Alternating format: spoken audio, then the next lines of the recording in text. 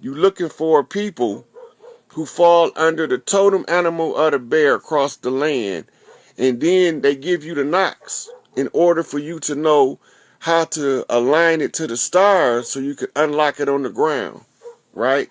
So the only things that's even similar to the bear on the ground is two animals, and I'm gonna show you what they are. One of them is Arizona. I don't know what that is. It looked like a red coon.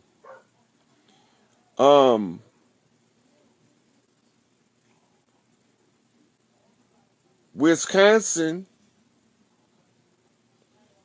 and Michigan have the same one, but on this map, I guess say it's different. So you got the Coon Clan, then you got the Wolverine, and you got the Red Coon out in the west. So that's the totem animals. So when you see the totem poles in the area, the state animal should be on the totem pole or the logo. And then you'll know which to. And then if they know what their tribal totem animal is, the bear, they can lock right into it. In this case, I'm focused on the Wolverine because the Wolverine is the northernmost point state animal that's look like a bear, same but different. And the Wolverine used to run the whole northern territories all the way across, but they hunted them out for their fur. They'd kill everything off and then blame us for being the problem. All right, now, if the North Star takes me to Michigan, right, Michigan is the right hand of Mother Earth.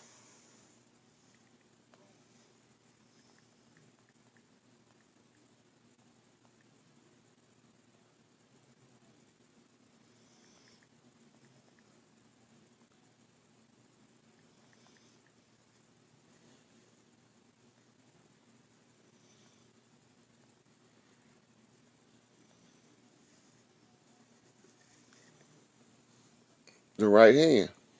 The right hand. Right? So then you go to the capital. The capital is called Lansing.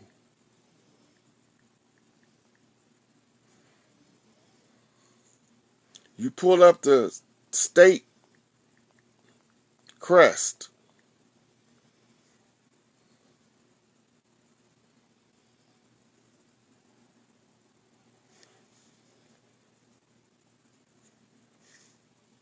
So this is the symbol, right? And you see the sun rising. Tarot card, the sun means everything is looking up. Now the sun rising in here, right? And you got the tree is in autumn or it's in winter because it has no leaves. It got to be cold outside because they got the chimney smoking in the log cabin, and you probably wouldn't heat it like that if it wasn't cold. And then you got the man sitting outside in the lawn.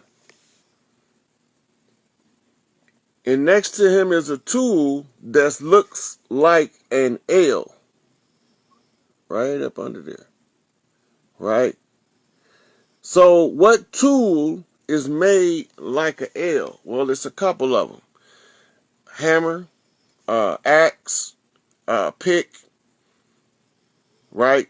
So we have to go over to the state seal because that's the city seal, and here we see it again. Sun rising, right? Eagle's wings are spread eagle. And then you have a moose lodge and a buck right here, right?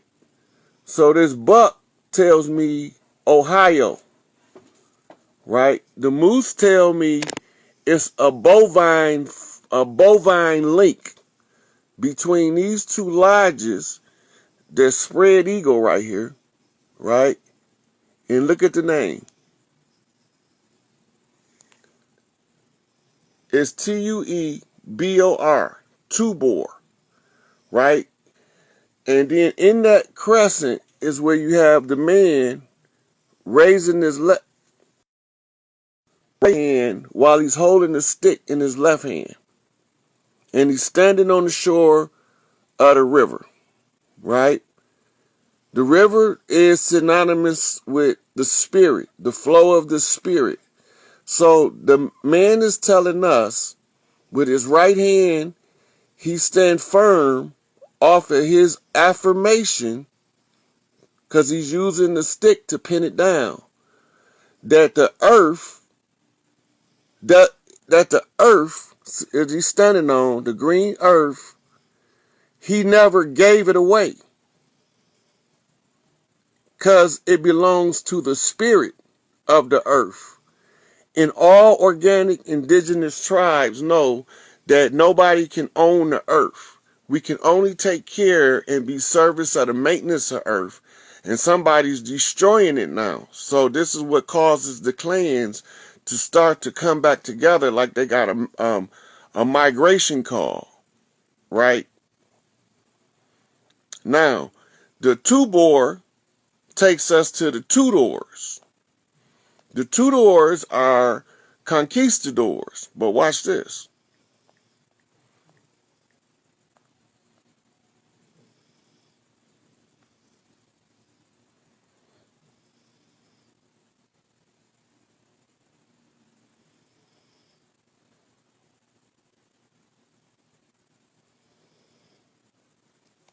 So here,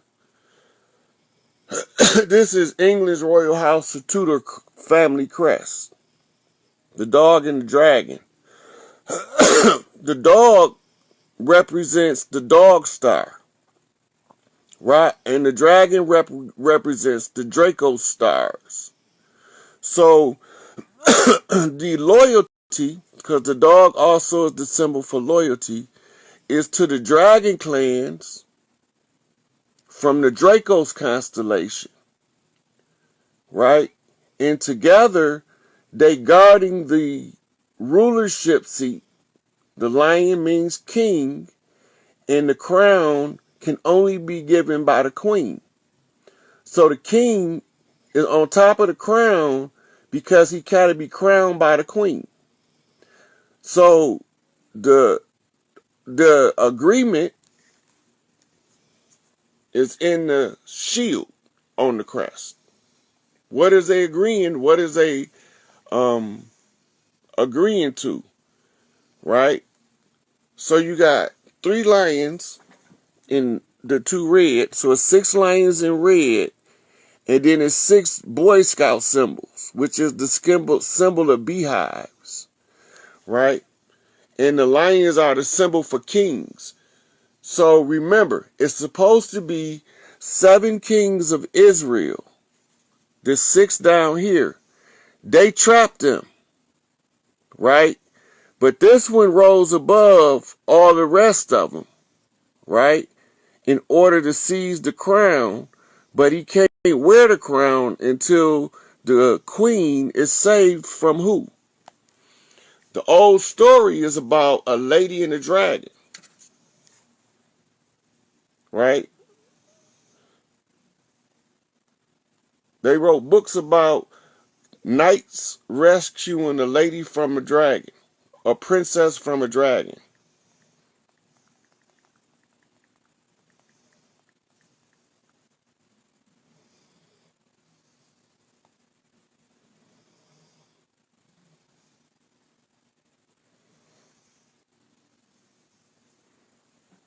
See, the lady and the dragon.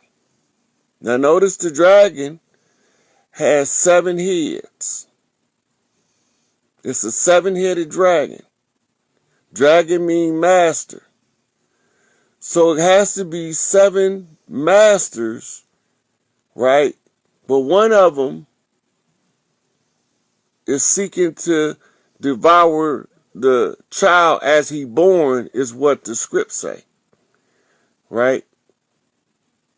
But if you look, he is in the arms of the Madonna.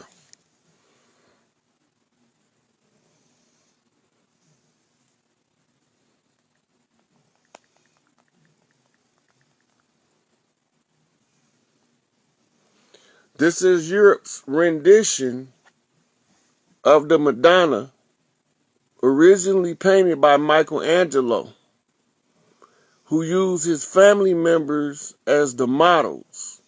From there, you get the European rendition of the Madonna in Child. The Madonna in Child takes us back to the Black Madonna,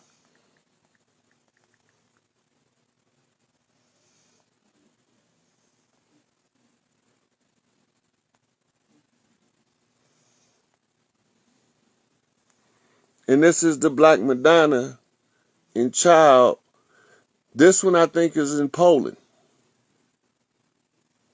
But you see that orb she's holding? That's a symbol of rulership, right? Remember, Cleopatra's eggs. All right. So the Black Madonna in Child is what the Christians call Mary, that rebellious woman, and Jesus, Yahshua, right? The made up character is actually supposed to be the son. But this is Mary in Child, right? Now, the story of Mary takes us to the Catholic Church, where we get the 7 masters, which is the 7 cardinals.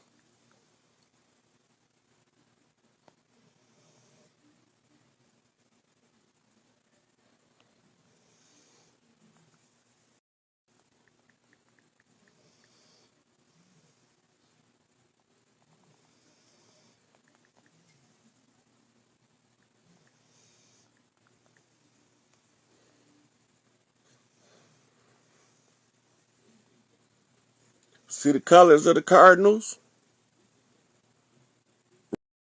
Red, white, red. Now remember that I told y'all to remember what that flag looked like.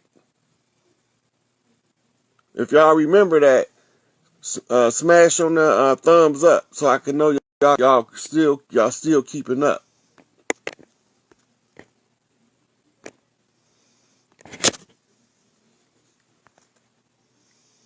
All right. So the 7 cardinals,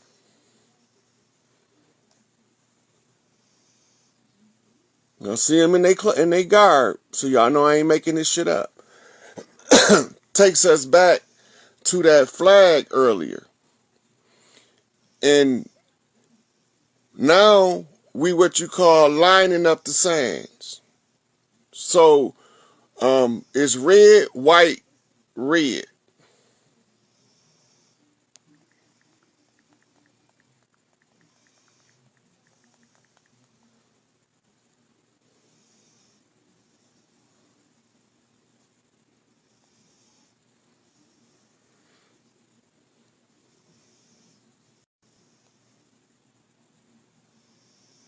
So we pull up the reds, right? We study the reds, which we're not going to go do all that breakdown. But the red is the symbol for the Red Lodge. The Red Lodge is the Shriners, the ancient Arabic nobles of the mystic shrine.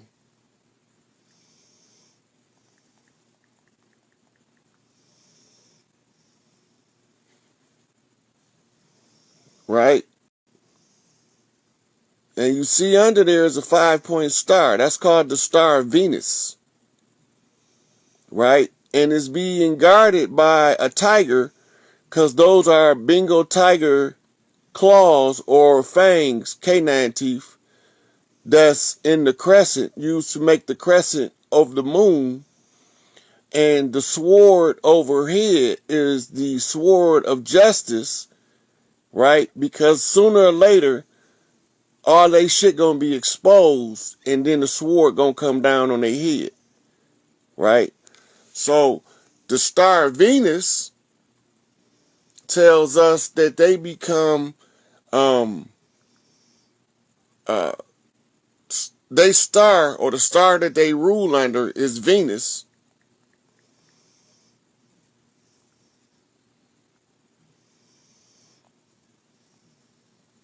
Right? And these are the planets lined up, and that's Venus. Okay, now, what's the significance? Remember, we started off with Big Mama and Venus of Willendorf.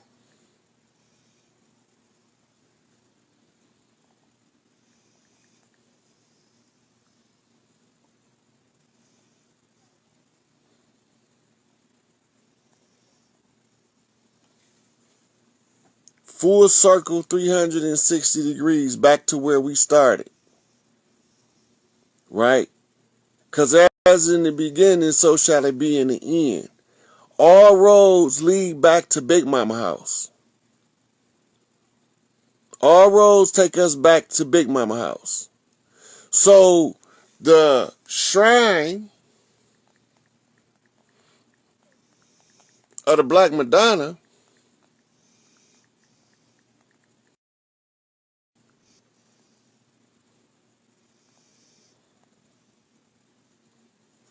this is the Shrine of the Black Madonna Cultural Center in Detroit. So the Shrine of the Black Madonna is going to point us to the Black Madonna and child, right? So then we find it in a photograph. Notice the colors is now blue and white. White, blue, white, right? That is the reverse order of the blue background in the 50 stars, which is blue on, it's white on blue. This is blue on white. Mirror flip. Big Mama, we call her the Dark Mother. So if you look, she's in the archway of the shrine of the Black Madonna. This is the great ancestor, Big Mama, that always teach us in our heart what's right.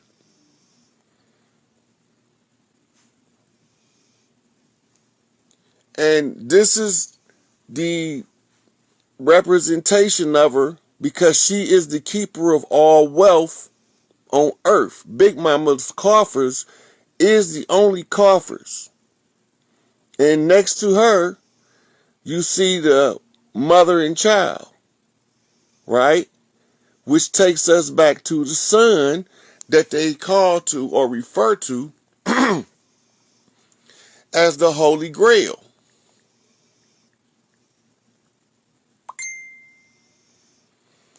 Commonly thought to be a cup, right? But what they not telling y'all is the Holy Gun Grail. Right there. See it? Okay, let's start there. Let's start there. All right. Yeah, scope of application, section 1. The American Declaration on the Rights of Indigenous People applies to the indigenous people of the Americas. That's us. Right there. Right? What number 2 say?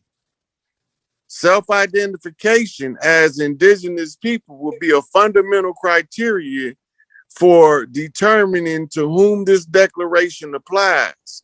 States shall respect the right to such self-identification as indigenous, whether individually or collectively, in keeping with the practices and institutions of each indigenous people. That part right there is telling you that you have to self-identify. See, the first thing it says, self-identification. That means that you identify yourself as an indigenous people and that you are the one responsible for stating your status, right? And the states shall respect the right to such self-identification as indigenous, whether it's an individual or a group, individually or collectively, in keeping with the practices and institutions of each indigenous people. That means that some tribes are slightly different in cultural expression of the same culture. One tribe might barbecue turkey for the chief, but another one might slaughter a bison. Right? But whichever one it is, we know what the culture is saying. All right. Article 2 says states recognize and respect the multicultural